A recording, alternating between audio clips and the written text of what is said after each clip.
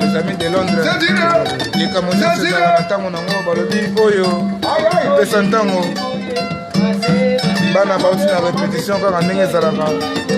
boulot toujours Jojo Moya tobosani te Claude Maloba Claude Mignon Marie-Claire Esekela Malaika donc mpesa ntango yango oyo boulot toujours mpesa ntango idéologie ne tombera jamais donc Marie-Claire Esekela Malaika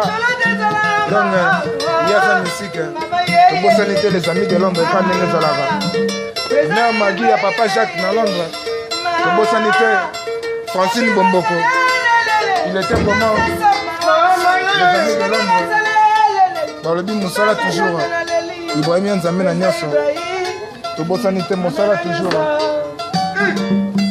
Moustapha Tunani poète pesa ntango yango il était comment président Don na Lille balobi yo toujours idéologie na pesa ntango ya kafu bana mosala toujours apesa ntango boulot ma Charlotte pigeon vert tobosani te totoka na Luanda Eve Kali papa banibele les amis baninga yeyo baboser bageri apesa ntango Rossi guerrier la code à guerrier vers des chats de soldats makasi kafu balobi enoke mbonda ya des gars anti-flamme magaga balobi kame na bango eloko yango yango yo te eloko yango yango yo Eric polyvalent ceinture Zali Wandi anakonda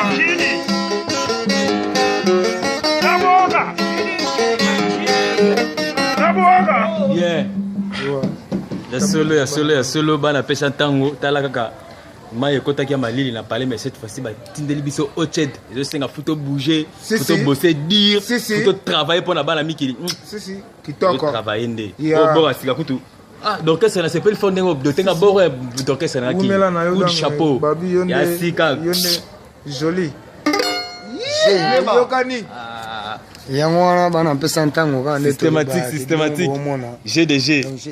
ça fait G plein de G banokota anaconda boulot na boulot kitakola bana pote de la société toujours au travail ninge donc commenter les atis moi maman Charlotte pigeon vert babi Glody Mignon bilele mabaya de Londres mutuno yeyo Rossi wa tembo samouraï c'est bon oyokani oyo ekosana mwana charge ezeli baterie yango